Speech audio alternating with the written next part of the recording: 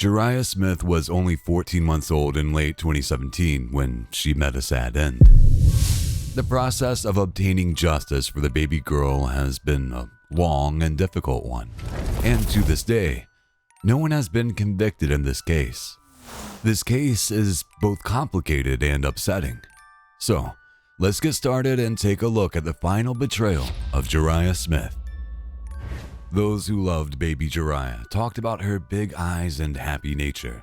Happy, precious little Jariah was visiting her father, Morris Bevily IV, when something tragic happened. Morris, who was 27, was living with his wife, Jariah's stepmother, Takia Bevily, who was age 25. The couple lived in Mississippi with a daughter they had together. On October 22, 2017, Jariah and their other daughter were put to bed by Morris and Takia. After a while, Jariah started making noises, so Takia went to check on her. Takia said that Jariah was fine, so Takia went to bed. At 5 in the morning, Takia went to the kitchen to get a drink and she checked in on Jariah. Takia knew something was wrong and ran screaming to the next room to get Morris. They both noticed that Jariah was in her crib, lying motionless on her back and not breathing. Since Takia was in the nursing profession, she knew Jariah was already gone and that CPR would be useless. Morris called 911 but was too hysterical to convey what was happening, so Takia took the phone.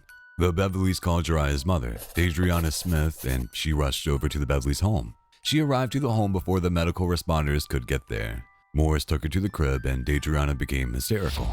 When the ambulance and police did arrive, there was no immediate explanation of what could have happened to Jariah because there was no blood, swelling, or bruising. Although in the following days, the families were initially pleasant towards one another, everyone, especially Jariah, was desperate for answers. Jariah was baffled. What could have happened to her child? Who was responsible? Could it have been a terrible accident? The anguish the grieving mother was going through was heart-wrenching. The preliminary autopsy report was inconclusive. It could have been suffocation or blunt force trauma. Of course, the Bevilys were immediately under scrutiny by law enforcement as suspects, but it took 18 months for any legal charges to be brought. Mississippi's crime lab is notoriously backlogged, and processing final autopsy reports and physical evidence can take a long time. For the loved ones of victims, the wait can seem never-ending. Eventually, devastating news came back from the crime lab. The cause of the tragedy was blunt force trauma to the head. Interrogations of both Bevilys had already been done on the day of the tragedy. Date is October 22nd, 2017. Time is 7:29 a.m. The Clayton County Sheriff Department present at this time. State your name. Takia Bevily. Spell it for Karen. TKIABEVILY. When the official autopsy came in, second interrogations were done. During the second interrogation, Takia begged to take a lie detector test but was refused. Do you want to answer a question about Jurayah Smith and what happened on the 21st and 22nd, coming up to the 22nd of October 2017? In your own words, tell us from the beginning by what time you and Morris, your husband, got possession of Jariah from whoever y'all got her from that Saturday up until you found her in the crib. We picked Jariah up from Morris and I. We picked Jariah up from the Citgo's gas station on 18 from Morris's auntie Annie. Auntie Annie picked Jariah up from Morris's auntie Ned, who's Jariah stayed the night prior. We had received word that his mom, Morris's mom, who's in the hospital, probably wouldn't make it past that day. So we wanted both the girls, Jariah and Ivy, to spend time and be around his mom, Morris's mom. After this, the Bevilys became social pariahs and law enforcement was ready to move in on their prime suspects. The Bevilys received death threats and were harassed. On top of that, Jariah blamed the Bevilys and some of the Morris' family agreed. The Bevilys feared for their safety and had to get away, so they moved to New Orleans. In the meantime, they welcomed a new baby boy. They were able to live in New Orleans for about a year before capital charges were brought against them in April of 2019. Witnesses testified in front of a grand jury that they believe that the Bevilys harmed Jariah. Straight away, the Bevilys traveled to drop their 2 children off with family, and then they turned themselves into law enforcement in Port Gibson, Mississippi. A week later, they both went before a judge. With the help of a GoFundMe campaign, they were able to post a bond of $1 million each and were free until trial. There were conditions, though. They were required to wear ankle monitors and were not permitted to be anywhere near children. Takiyah Bevily was the first of the 2 to go to trial. Her trial began on January 29, 2021 and lasted 5 days. Prosecutors claimed that Takiyah's motive was to get rid of a child that was standing in the way of her American dream. They said that Jariah prevented Takiyah from having the perfect life and the perfect marriage. As evidence against Takiyah, the prosecutors pointed out that right before the tragedy, the Bevilys and Jariah were at the hospital for 8 hours visiting Morris's mom. The medical examiner was told that video footage from the hospital showed Jariah acting normal and not crying, at times walking on her own, and at other times being held by various adults. This information, combined with the medical examiner's belief that Jariah would have lost consciousness immediately after being hit, helped lead to the conclusion that an incident must have happened under the Bevilys' care after they left the hospital. One doctor did admit that Jariah could have been hit and regained consciousness after a short period of unconsciousness. This means that she could have been slowly dying over a few hours to a couple of days. Ultimately, within 30 minutes, the jury in this case decided that Takiyah was guilty. She was sentenced to life in prison without possibility of parole. Though Mississippi does have capital punishment available, the district attorney's office chose not to pursue that route. Finally, Jariah thought that she might be seeing justice for her daughter. Date a week ago today, the stepmother convicted of killing her 14-month-old stepdaughter has been released on bond after being granted a retrial. In an exclusive 12 News interview, the family of the late toddler, Jurayah Smith, speaks out against the Claiborne County judge who tried the case. 12 News' Anthony Howard has the story. Anthony? The family accuses Judge Tamika Irving of being biased in the case of the state of Mississippi versus Takiyah Bevily. They feel the judge may have had a personal connection to the Bevily family, inhibiting her ability to fairly try this case. She shouldn't have ever been over this case. After serving only 8 months of a life sentence for the murder of her stepdaughter, Takiyah Bevily is out on bond.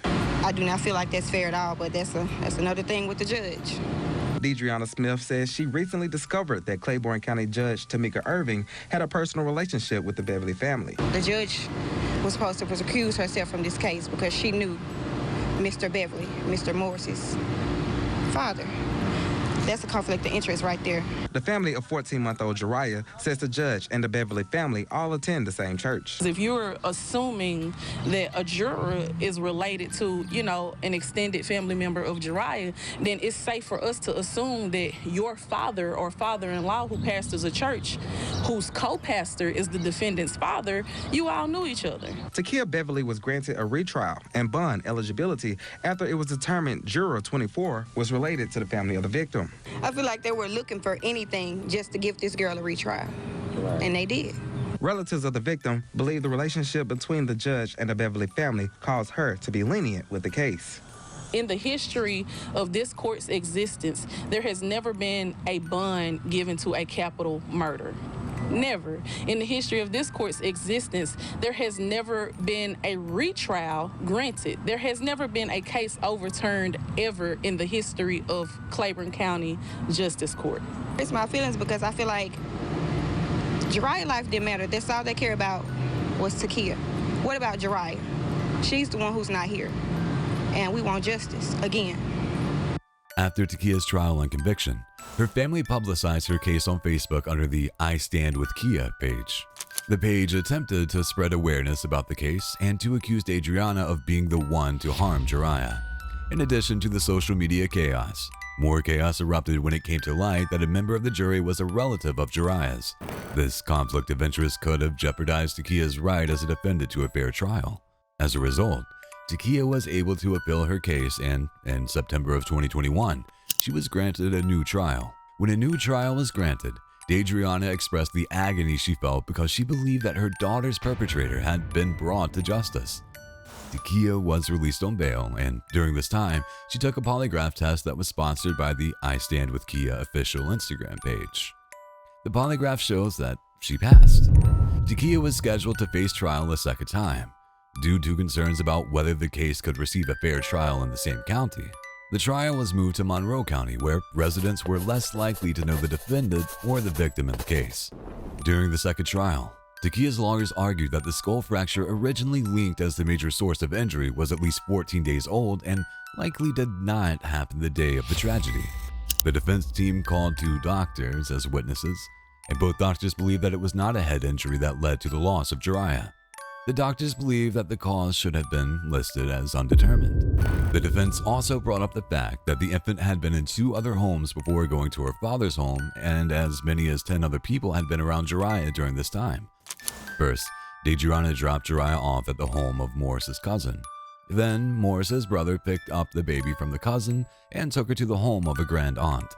The next day, a different cousin picked up Jariah from the grand aunt and met Morris and Takia at a gas station so they could take her to the hospital with them to visit his ill mother. Since other family members were also responsible for her care, the defense pushed the idea that there were a number of individuals who could have acted either maliciously or carelessly in a way that put the life of Jariah in jeopardy. The Bevilys, however, were the only ones who were truly investigated. All of the family who took care of Jariah before she went to the hospital with the Bevilys testified against Takia. The grand aunt, who cared for Jariah before the baby was picked up from her home, said that Jariah was fine when she last saw her.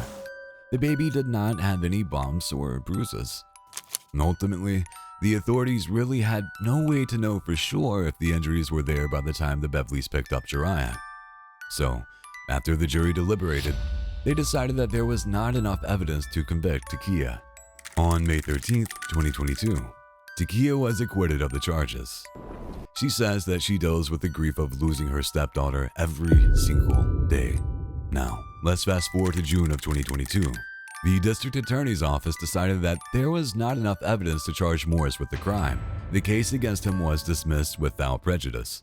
This means that it is possible that the district attorney's office could charge him again if they come up with more evidence.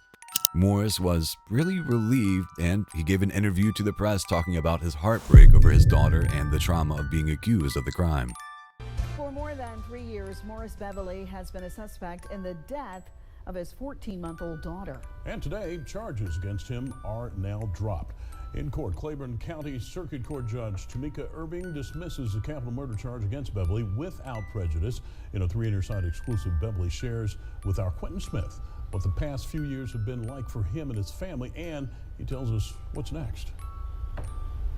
In 2019, Morris Bevily turned himself into investigators and was charged with capital murder in the death of his own daughter. He says it was a struggle knowing he was being accused of a crime he says he did not commit. But with his capital murder charge now dismissed, Bevily says he's ready to put this behind him and move forward. It was tough to see things, to deal with things, deal with slander, but we made it through. And I'm fortunate and grateful for that. Bevily is breathing a sigh of relief not long after finding out that he's no longer charged in the death of his 14-month-old daughter. We tried to remain positive and confident, maintain our innocence.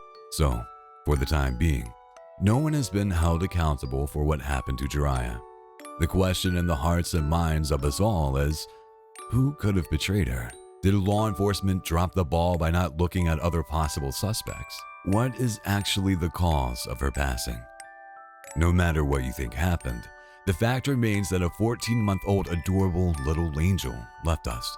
Rest in peace, Jariah. Please join me over at the next true crime case where we will take a look at another relationship that ended in a final betrayal. Just click the video on your screen. See you soon.